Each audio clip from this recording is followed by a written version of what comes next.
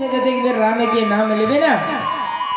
जते कि पाप करे भी होते कर जते भैया जते ही कोटि अपराध करोड़ों अपराध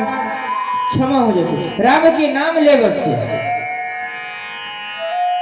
तो ऐसे राम के नाम के प्रभाव है जिकर नाम रूपी डोंगा बना के भवसागर ले पार हो जा सका थे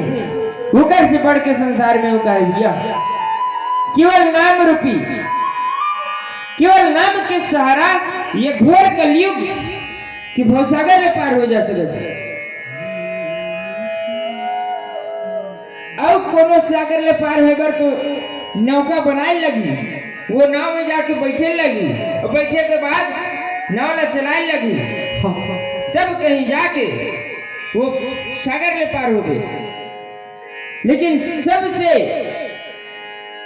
कठिन सागर है जिन भवसागर है ये कलयुग रूपी